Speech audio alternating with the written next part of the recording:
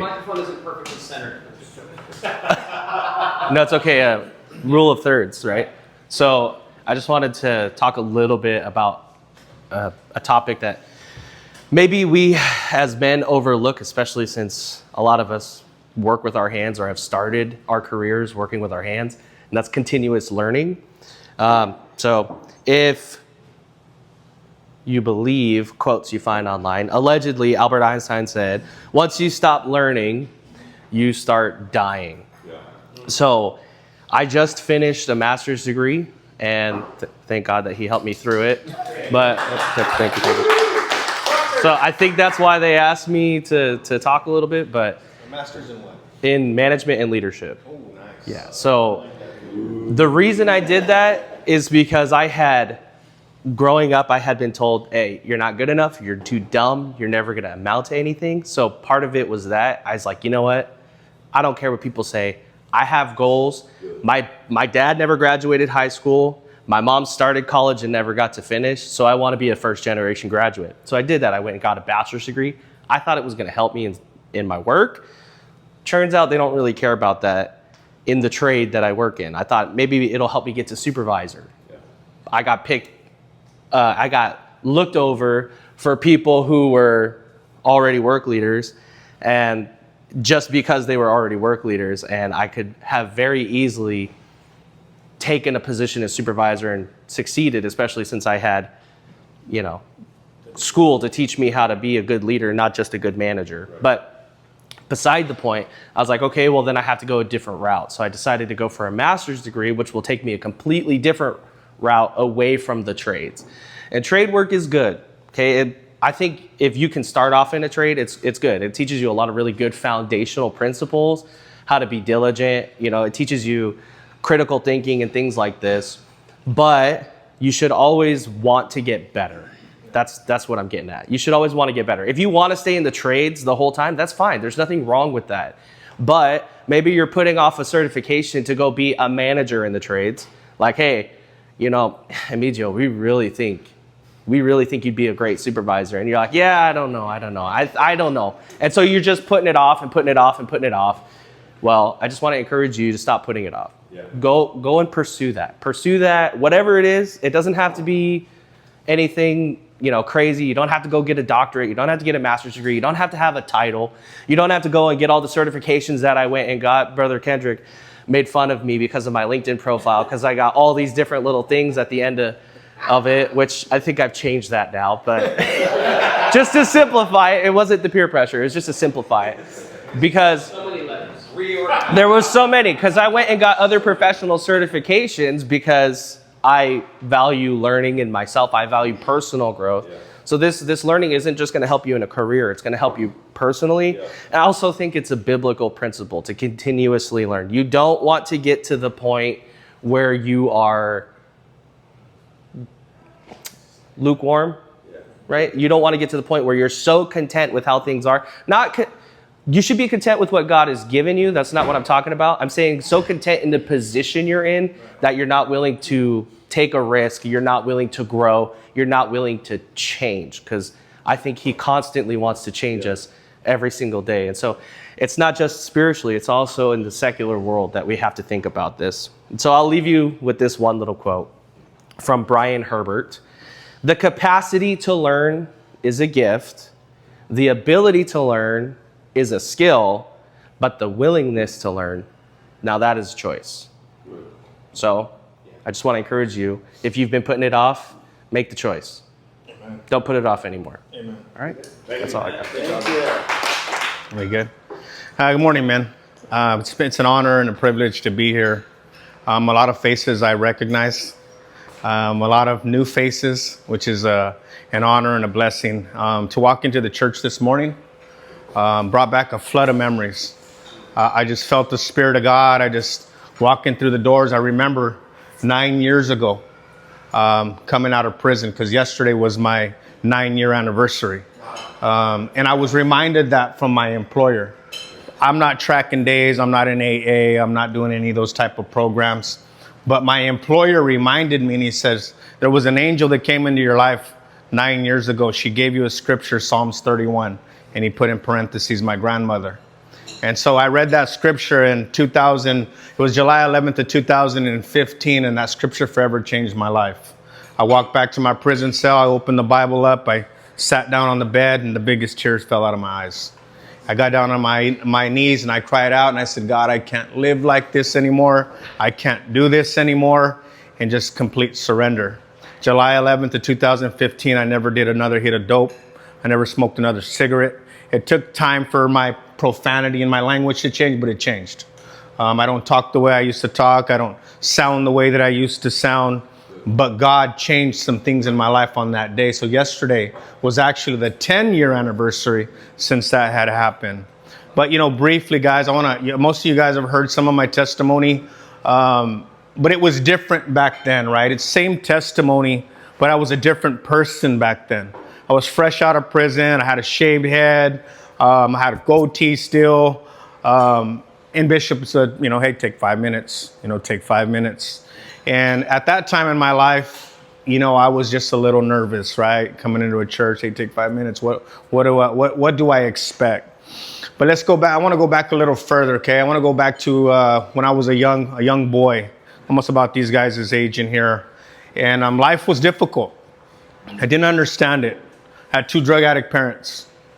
I was telling someone yesterday, I said, we don't get to choose our family. We don't get to choose our siblings. We don't get to choose locations we're born into. I was born into poverty. I was born into a home of addiction. I was born into a home that had a lot of gang life, a lot of troubled family members, and it was a generational thing. It wasn't just something that happened with my immediate family. Now, this would happen from generation to generation. So I would say generational curses, right? Growing up in this life, watching drug addicts come in and out of the house, watching prostitution happen all around you, watching domestic violence happen in the home, parents giving you drugs to hold and hide, so when the cops come, they're not going to search the kids. They're not going to do that. And so, grow up in that and you get this mentality where you're being taught to be a criminal. Okay? That's what I was being taught. My brother would take me and show me how to graffiti and write on the walls. And I was already doing gang writings on the walls. And I was just a little guy, probably about these guys' age. And watching my parents do dope, watching them go into the bathroom, do their thing, staying there for a long, long time. And me and my brother trying to peek under the door. What are you guys doing in there? What are you guys doing in there? When we knew they were doing something they shouldn't be doing. And so, some time had progressed. My brother and I were ended up taken by CPS. So my mom kept leaving us at the house alone. And, back then, it was kind of normal for kids to just kind of be running around out in the area. You could just come home when it gets dark or come home when the lights go on, and so, but my mom and neighbors would see that we were left behind. And we were so young, we would climb up on the counters and we're trying to cook for ourselves. And there'd be rats and roaches all in the house. And we're trying to capture them in cereal boxes. And that's poverty, right? We're in a bad spot, right? And so somebody calls the police come and they knock on the door. And I peek out the window and I tell my brother it's the cops. And we're young guys, and Mom said, don't open the door. Never open the door for the cops. And I'm like, we're looking at each other. We're just a couple little guys. And we're like, what if something happened to Mom? What if something happened to her? Maybe that's why the cops are here. We opened the door. Cops came in, took us, put us in the back of a police car. And they were driving to take me and my brother. And I remember they said, where is your mom? I said, she just went to the store. Right? And as we were driving away, I looked over at the liquor store and I'd seen my mom on the telephone. And I told the cop, I said, hey, that's my mom right there. And he says, if your mom loves you, she'll come get you. I didn't see my mom till by the time I was 13 years old.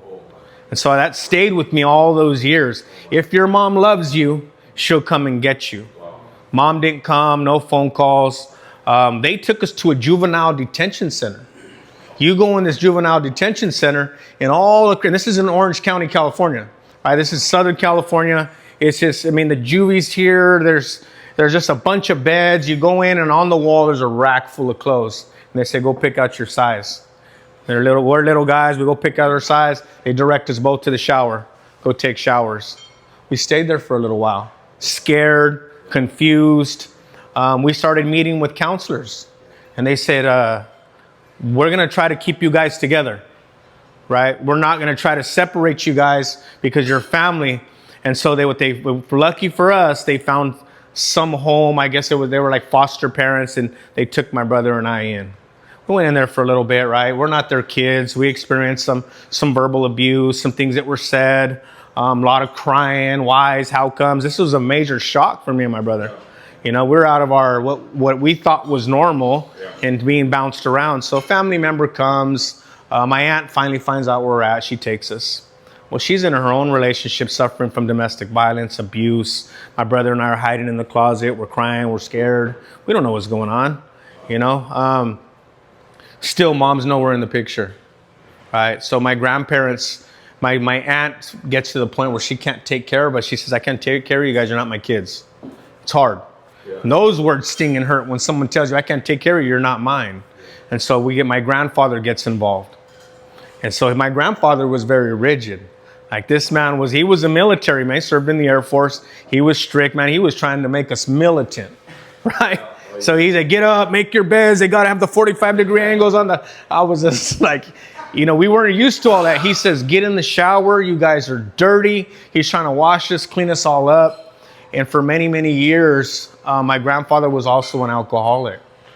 And for many, many years, what I realize now, I'll share that with you later, but what I realize now, he was so angry with me. He did not like me. It was like he was disgusted with me. And I didn't understand why. And it was like I'd always sought his attention. I wanted to be loved by him. I wanted to be liked by him. And I just couldn't get that from him. And so he would say things to me like, you'll never amount to nothing. No one will ever love you. No one will ever like you. He says, you're going to be in and out of prison just like your mom and your dad. He would say that to me. And man, boy, did that hurt. Boy, did that hurt. I started acting out. I started becoming angry and angrier and angrier. But what it did to me is it affected my self-esteem, right? I walked around in shame. There's something wrong with me because he would tell me that I was ugly. He says, you're ugly. And I would say, man, I would go look in the mirror and I'd be afraid to look at what I'd seen because I thought there was something really, really, a deformity. There was something wrong. And so I'd always walk around in shame. I was afraid to speak up. I was afraid to make him mad.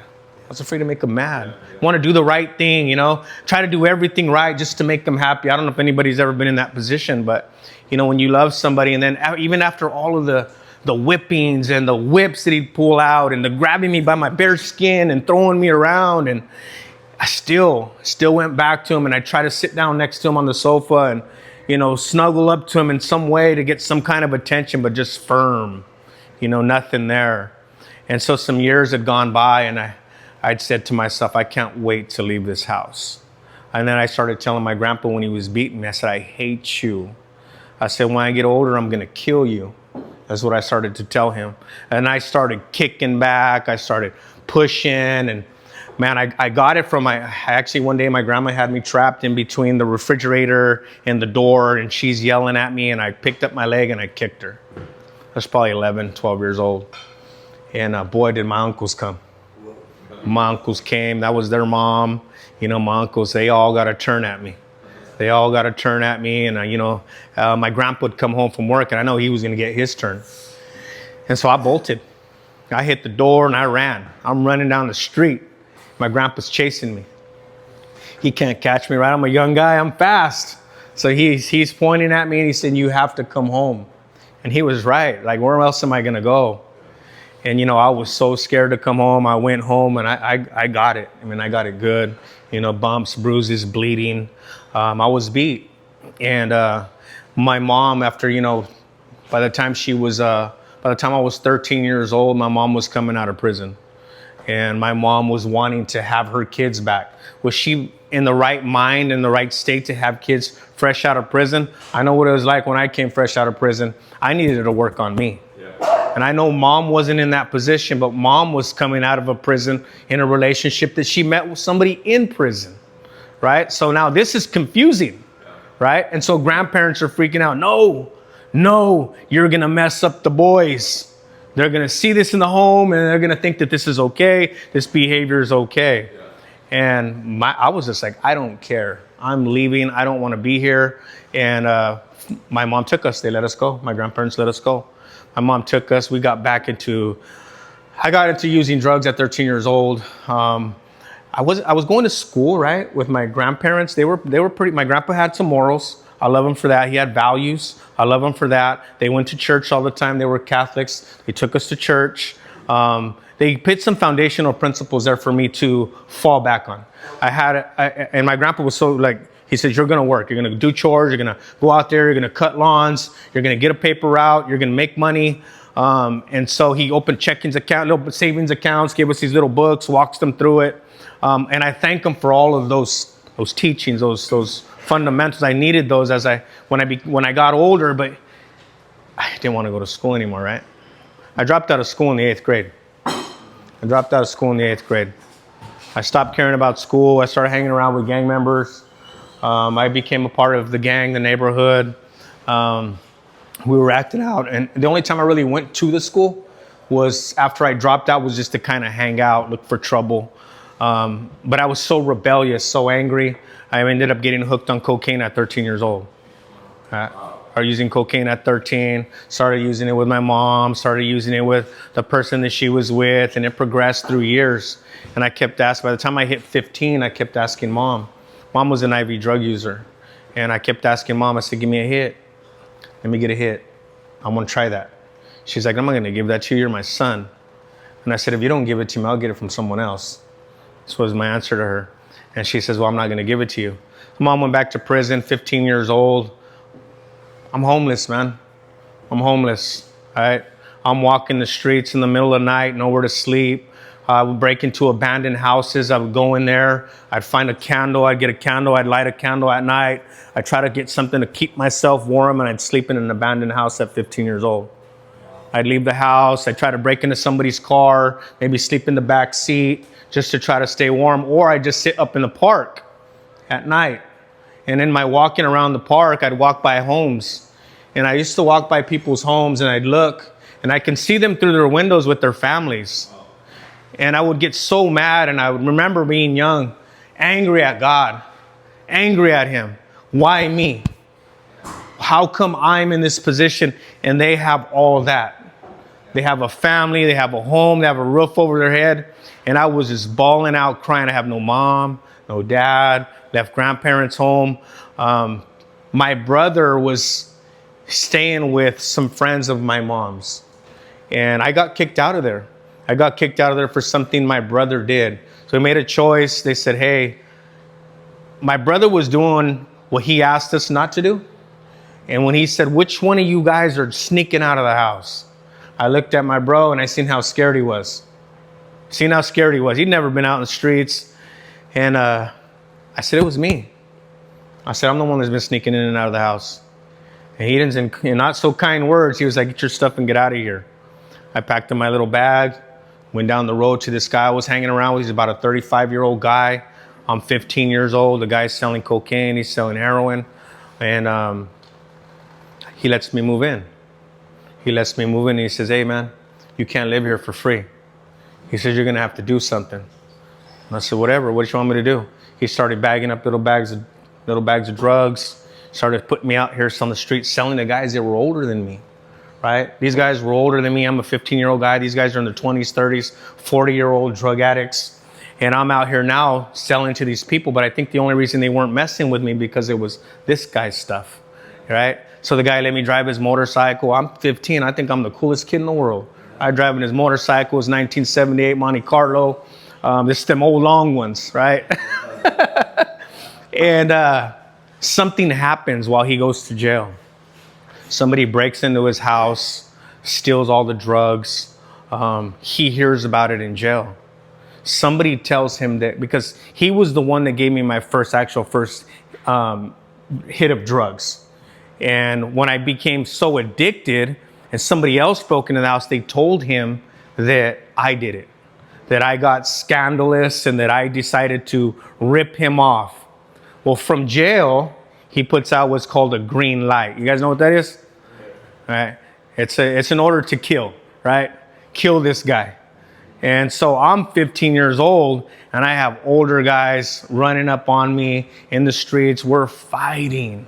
I'm picking up anything I can find. I'm smashing older guys out. I'm fighting with older guys. I'm getting beat up. Guys are popping the trunk, shooting at me. And everywhere I went, I was like, oh my gosh, I didn't do it. I kept telling the guy, I didn't do it. I'll fight anybody. I said, I don't care who it is. I'll fight anybody. I didn't do it.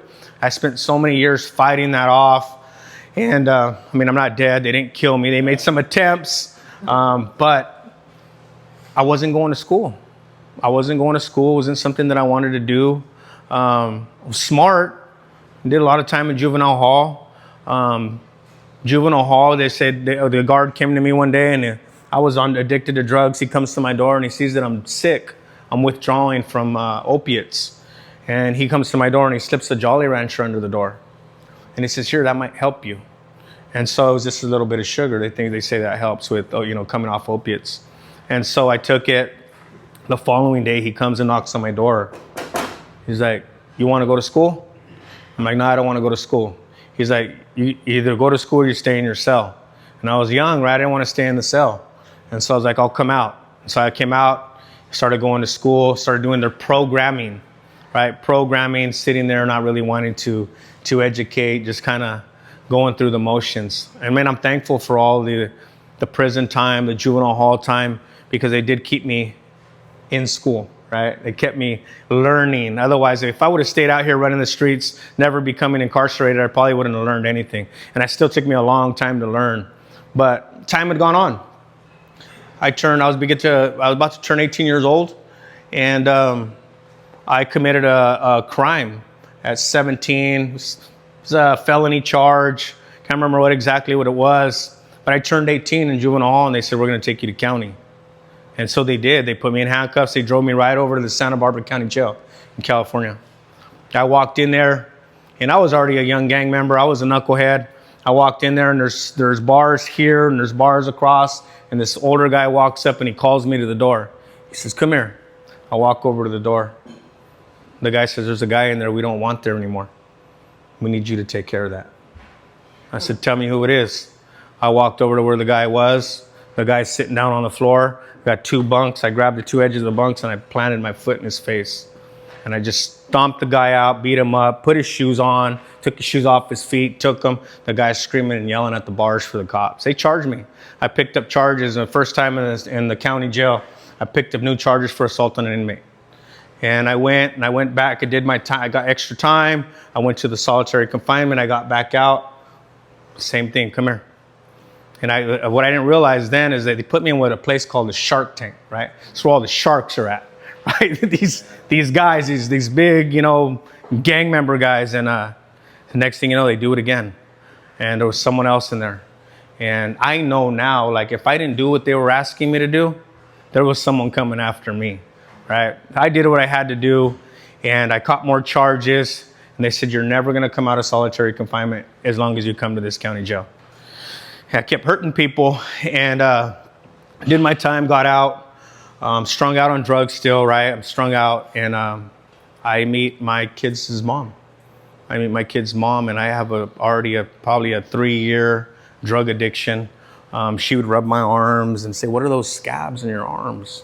What are those scabs? And I had some big track marks on my arms. And I said, it's nothing. I just scratched myself. It's nothing, and make up all these excuses. And I ended up moving back here. Long story short, I moved here to Washington State. I think I was maybe 20 years old. I moved here in 95. I was strung out. I went to Walmart in Yakima to try to steal something for some drugs. And I went in there with the box cutter, and I went in there and I was cutting cameras out of the box and putting it in my pocket. And then I went and act like I was gonna pay for something. I went and bought a doorknob, and I go to the cash register trying to look legit, right? I'm gonna pay for this, and I'm coming out, and loss prevention taps me on the shoulder, and they're like, hey, you need to come back in the store. You have something that belongs to us. I got my kid right here in the basket, and my kid's mother over here, and I let the basket go. She grabs onto the basket. I wrap my hand around that bag with the doorknob in it, and I hit the security guard. I hit him upside the head with it. Took off running. A couple more security guards come behind me flying fast. I pull that box cutter out. And I turned around and I was just on these guys. Like, I don't want to go to jail. I have an addiction. I had a rough life. I had a rough upbringing. Let me interrupt here. I know you had multiple stays in and out of prison. 4. And there were some places where you took some education pieces.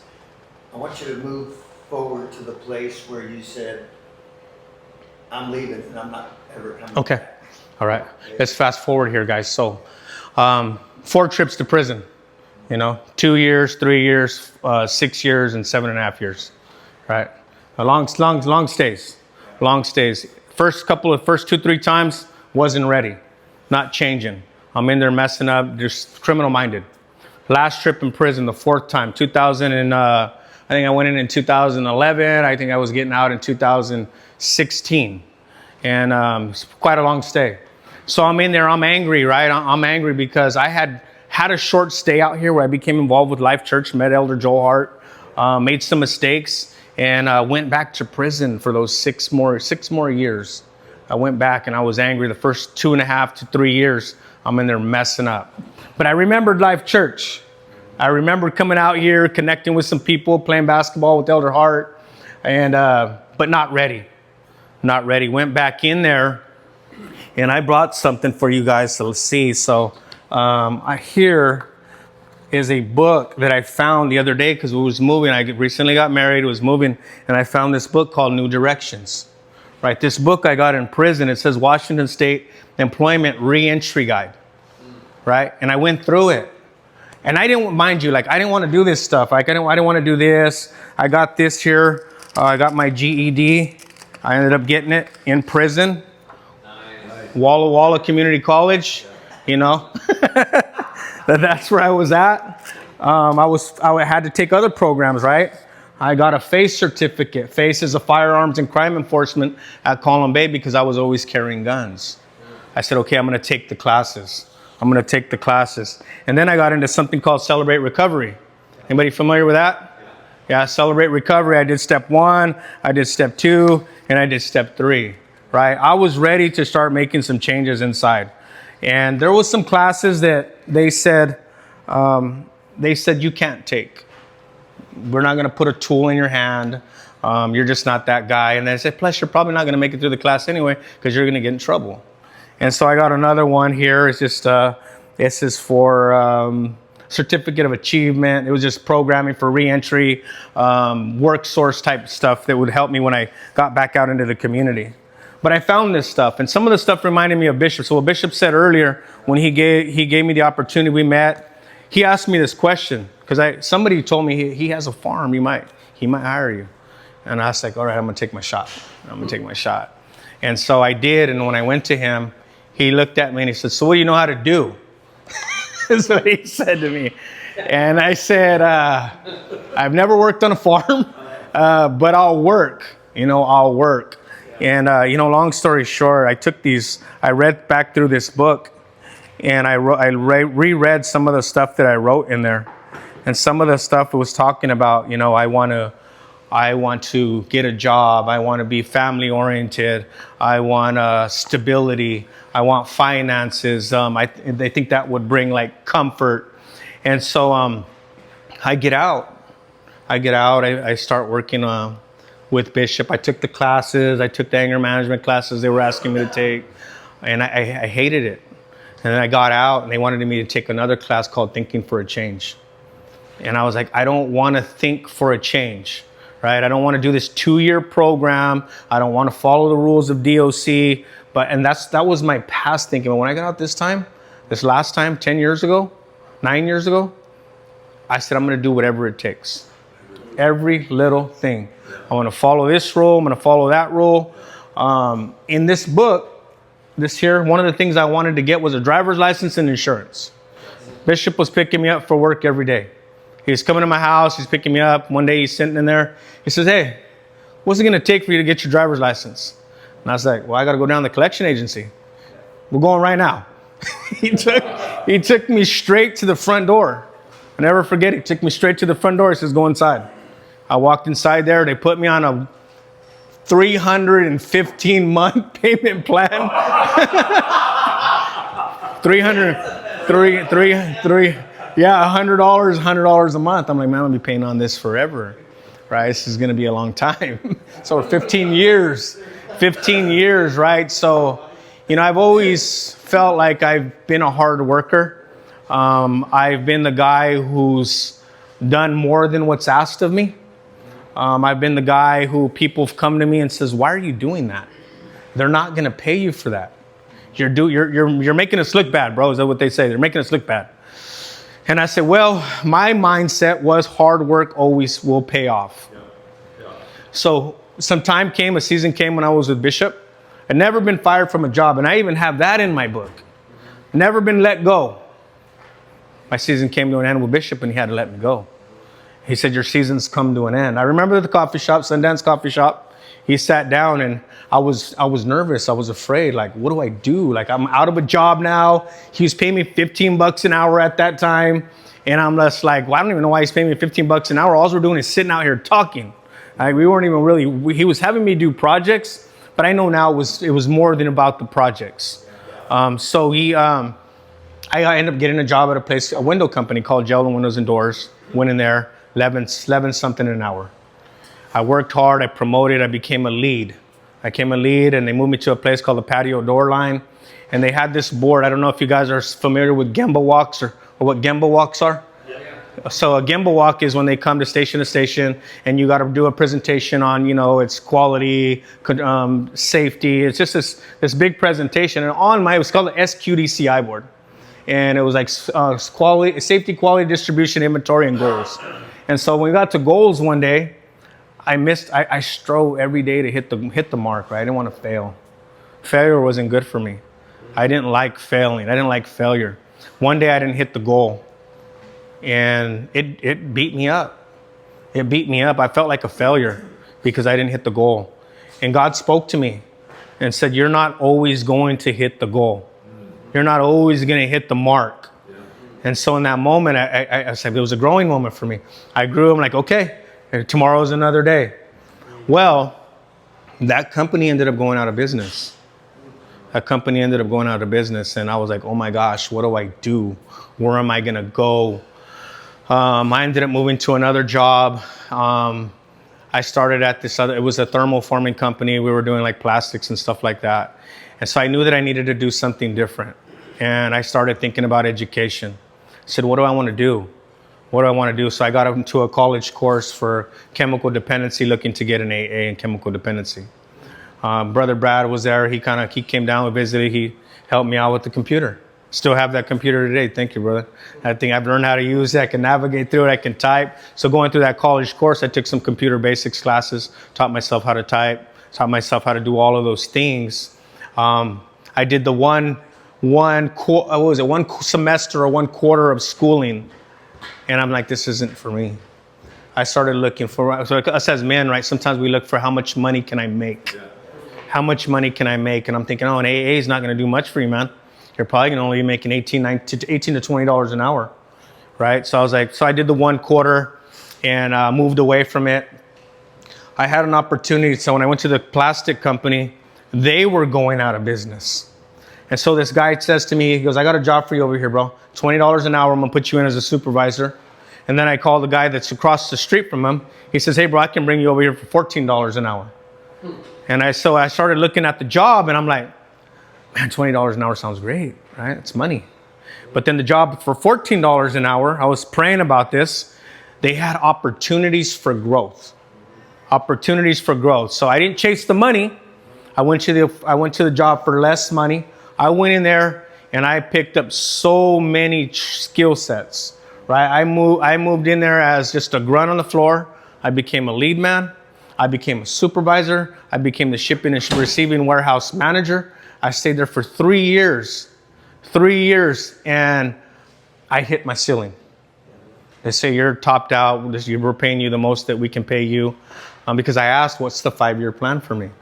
You know, I want to be invested here. I want to be committed. I wanted to educate. What is the company willing to pay for? And there was some money on the table. The owner said, I want to pay for you to get some business management, some leadership classes. And upper management changed. Somebody new came in, said, hey, we're not doing that for you. I was like, man, this sounds like I'm not the guy you want to invest in. And so I was a little bitter at first, right? I said, man, I set up 2 production lines. You guys don't know my contributions over the last year. And I found myself complaining. And I was looking for jobs and no doors were opening. Nothing was opening. And I said, I went and in my place of prayer, I'm like, okay, God, like I got to be thankful for the job that I have, the job that you gave me. You placed me here, you moved me here. And at the minute that I started doing that, so I let some time go by and I started putting the fillers out there again. Well, this job came up for a plant manager position, right? They wanted the degree. They wanted to be strong in Microsoft programs and there's going to be all this production scheduling and production processing and inventory controls and all of this stuff. And I felt like I had all of the skills and I almost talked myself out of not applying for it. They're not going to hire you. You don't have the degree.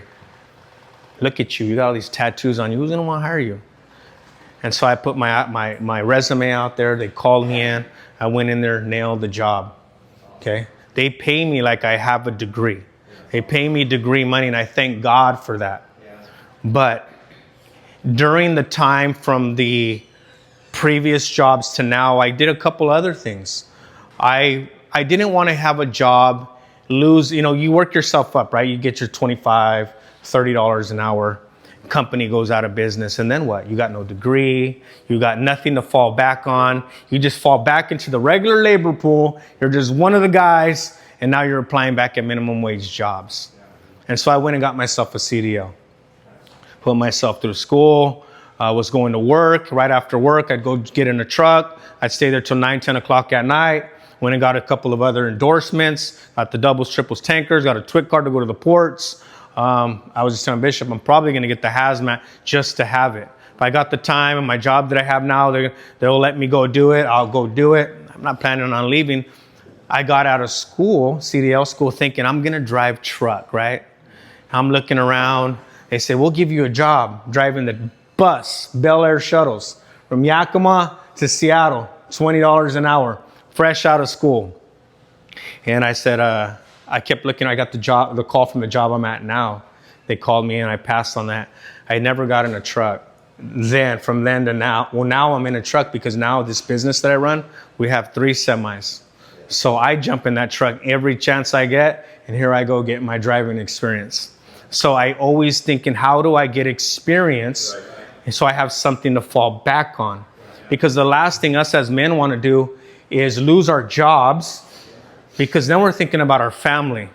How am I going to provide? How am I going to pay rent? We can go into this place of panic and just fear. And fear can grip you. And so fear has sometimes been, I want to say, a little bit of a motivator, right? Because fear can motivate you to do something, and it motivated me. So I got here. I'm at this job now for 3 years, going on 3 years. And I came into a company that was failing.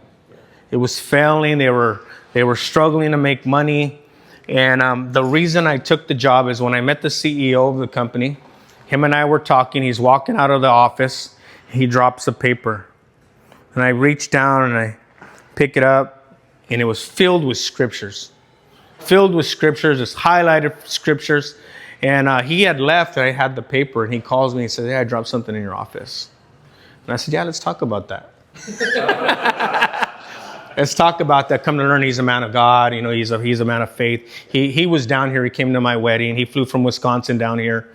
And he has been such a blessing to my life. He's also, what I wanted to do was continue to educate, right? The company that I'm at now, it's a soil and mulch company. We run a bunch of semi-automated equipment. We have 2 robots there.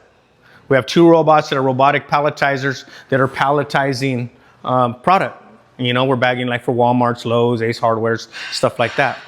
And so I became intrigued with robotics, right? I became intrigued with it. Like Brother Mark was talking about with AI, way all these things are working in conjunction. I seen a course, a college course for a robotics technician, right? It was a 1-year program, and I presented it to the owner of my company. And I said, hey, what do you think about this? He says, are you interested? I said, I'm interested. He says, okay, I'll pay for the course. It's a 1-year program. So I am working my full-time job every day, but every day I go home, I'm working on my curriculum. I'm working on, we got PLCs, there's programming, electrical, there's human interface, there's all kinds of different stuff in there.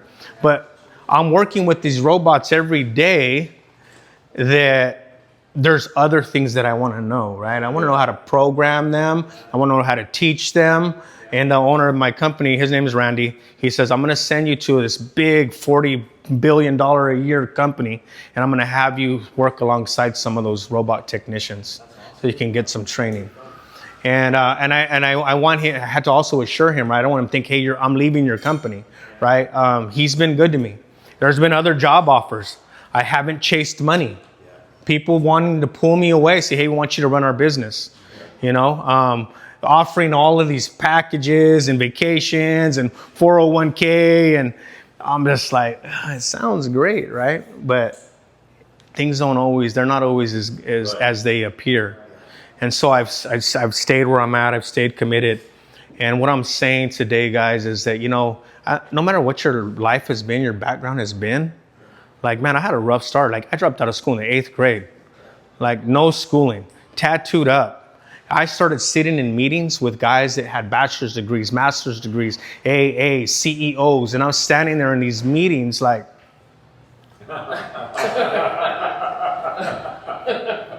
how did you get here? How did you get here? And I'll sit there in those meetings and I'll say, thinking to myself, God, I know I'm here because you put me here. And I'm here, and it's just so amazing that God had the way He's grown me from coming out of prison, struggling, trying to figure things out, homeless, just the clothes on my back. No family, recently been married after, I think 7-8 years out of prison, living by myself, figuring myself out, and the time came. So now, I was sharing with my son the other day. He says, man, I'm just overwhelmed with stuff. I said, I understand. I said, but being overwhelmed is not going to stop. I said, listen, he came to my house. We sat down, we opened the Word, and we were talking. And I said, I'm still overwhelmed with stuff. I said, but it's different stuff now. It's not my problem. It's not my misery. It's not my, my past that I keep holding on to. So now it's stuff like my marriage, education, work, church, kids. I feel a beckoning and a call, because the consuming of all of the earthly stuff, right, can pull you away from the things of God. And so you got to find that balance. And there's been times where, I've got to work on Saturdays. I'm missing out on men's prayers. I'm working long hours throughout the week, but it's only for a season. But God is in the middle of all of this. He says to trust Him in the small things. And I was faithful. I had some great men of God in my life who were teaching me about tithing and offering and giving. And now it's like I'm at this place where God has opened the windows of heaven and poured out the blessing so big. I'm not a rich man, but I have more than I need. I have more than I need. And when I have an opportunity to give, I give. I don't give recklessly, right? There's people that ask me, hey, can I get some money? And I'm like, how much? Depends, right? How much you asking for? And so, it's been now at this point where I've also been able to bless people back, Brother Brad, and help people with something that they need, somewhere they're trying to grow, or, they may be struggling with the bill, and I'll pay it, and I thank God for that, right? I thank God for that. But what I just want to encourage some guys, dude, let's not become complacent. If you're young, because I think about this, right? I was asking this gentleman, how old are you? I said, if I was a lot younger and I learned all the things that I know now, I'm not living in the past, but I say, where would I be today? Where would I be? God has me where he has me. He took me through what he took me through for a reason. But man, if I could have just stuck with it, educated. Now I have 2 boys, right? 2 boys, 12 and 13 years old. Man, I'm telling them, hey, they're teaching you guys electives in school right now about robotics. Get in it. It's coming. It's coming. It's all working with AI and all that stuff together. The courses that I'm taking are really cheap right now because robots are not here on a large scale, but they're coming. They're going to be here.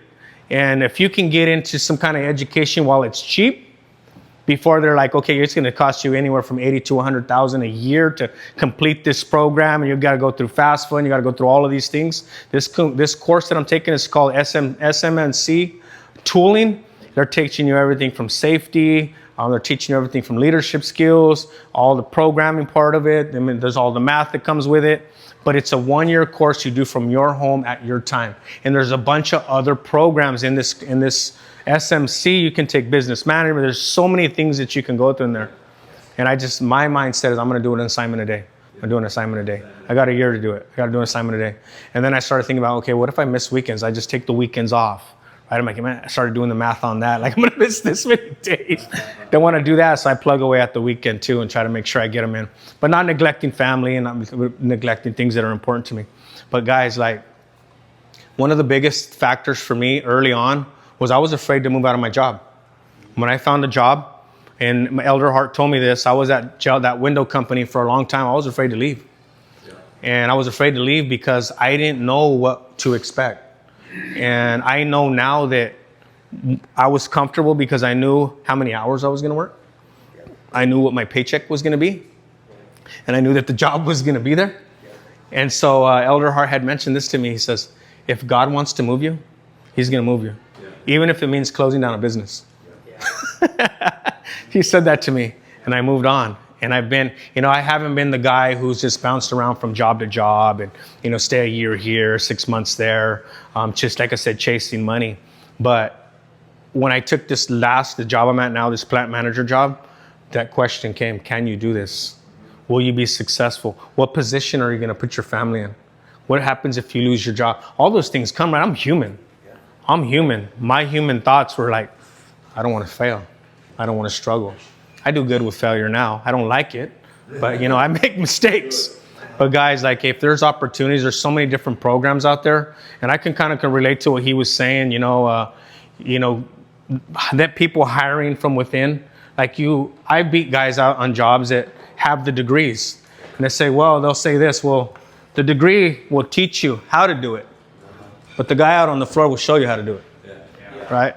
That's what they'll say.